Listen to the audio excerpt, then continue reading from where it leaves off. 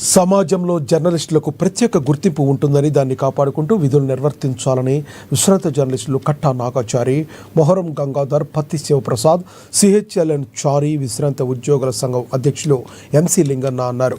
గురువారం నిర్మల్ క్లబ్లో జాతీయ పత్రికా దినోత్సవాన్ని ప్రెస్ క్లబ్ అధ్యక్షులు రాసం శ్రీధర్ అధ్యక్షతన నిర్వహించారు. విలేకరులు తమ విధులతో పాటు హక్కుల కోసం ఉద్యమించాలని పిలుపునిచ్చారు. రోజు రోజుకు పత్రికా రంగంలో వినూత్న మార్పులు వస్తున్నాయని, వాటికి అనుగుణంగా పాత్రికేయులు తమ వృత్తి నైపుణ్యాలను పెంపొందించుకోవాలని సూచించారు. రాబోయే రోజుల్లో పత్రికా రంగం ప్రమాదంలో పడుతుందని, ఎలక్ట్రానిక్ మీడియా, సోషల్ మీడియా ఆధిపత్యం పెరగడం వల్ల ఈ పరిస్థితి ఏర్పడుతుందన్నారు.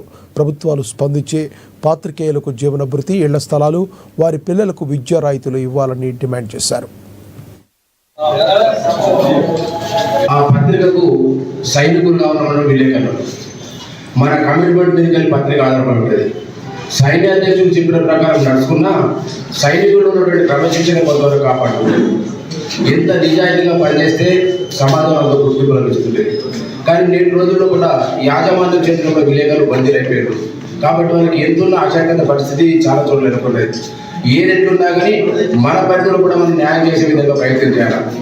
ఆ కాలంలో మాతో పనిచేసినటువంటి సిద్ధు వాళ్ళ ఫాదర్ ఇంద్రసేను, తర్వాత అంకంరాముడు, మాయసపోశెట్టి, వీళ్ళందరూ మాతో వెరిఫై చేశారు.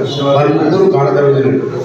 చాలా రోజుల తర్వాత ఇట్లా మన వాళ్ళని మనం సన్మానం చేసుకోవడం చాలా సంతోషంగా ఉంది. అందుకు మన వాళ్ళందరినీ కృతజ్ఞతలు తెలియజేసుకుంటున్నాం.